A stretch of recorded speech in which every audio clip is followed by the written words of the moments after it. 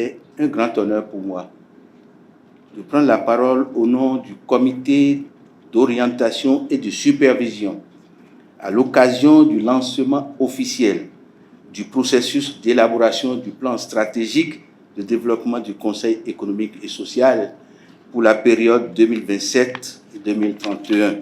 Monsieur le Président, dès votre prise de fonction, vous avez décliné votre vision autour de 4 piliers majeurs.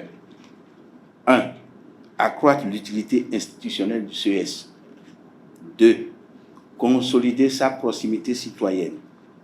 3. Dynamiser le dialogue institutionnel. Et 4.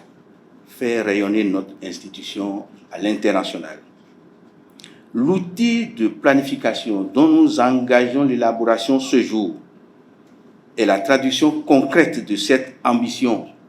Il exprime votre volonté d'anticiper les mutations, d'optimiser nos ressources et de tracer une feuille de route rigoureuse.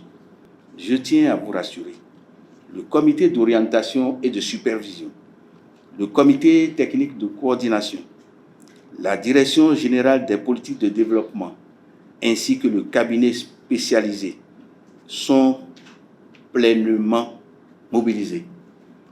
Toutes les dispositions seront prises pour conduire ce processus dans les délais impartis et livrer un document de haute facture rigoureux et fidèle à votre ambition. Je salue fortement l'initiative du CES de se doter d'un plan stratégique qui va constituer une boussole, une vraie feuille de route pour l'atteinte de ces objectifs.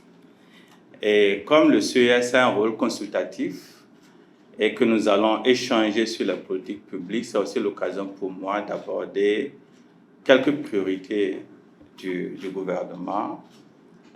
Et j'espère que ces priorités vont transparaître dans le document qui sera élaboré.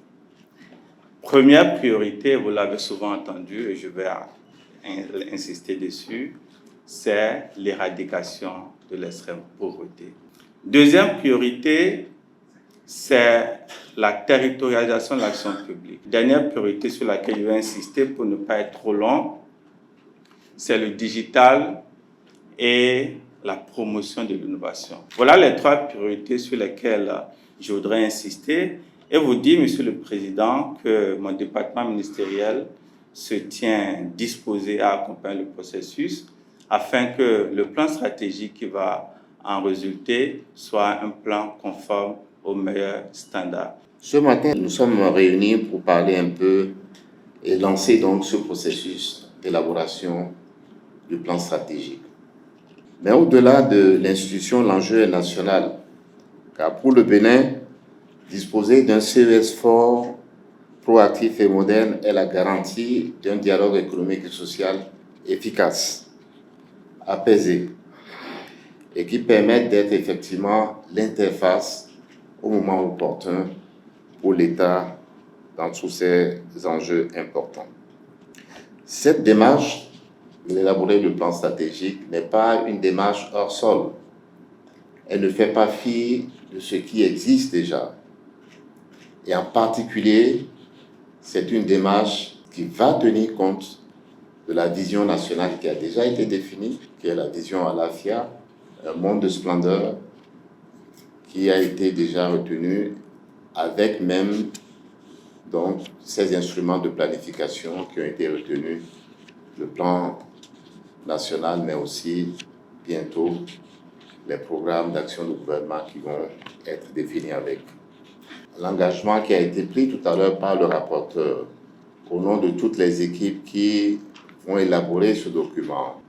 Je veux dire que nous attendons de ces équipes un travail de rigueur qui nous permet donc de répondre aux attentes de l'État.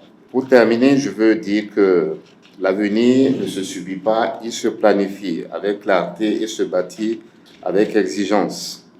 Et c'est guidé par cette conviction forte que je déclare officiellement lancer les travaux d'élaboration du plan stratégique du Conseil économique et social.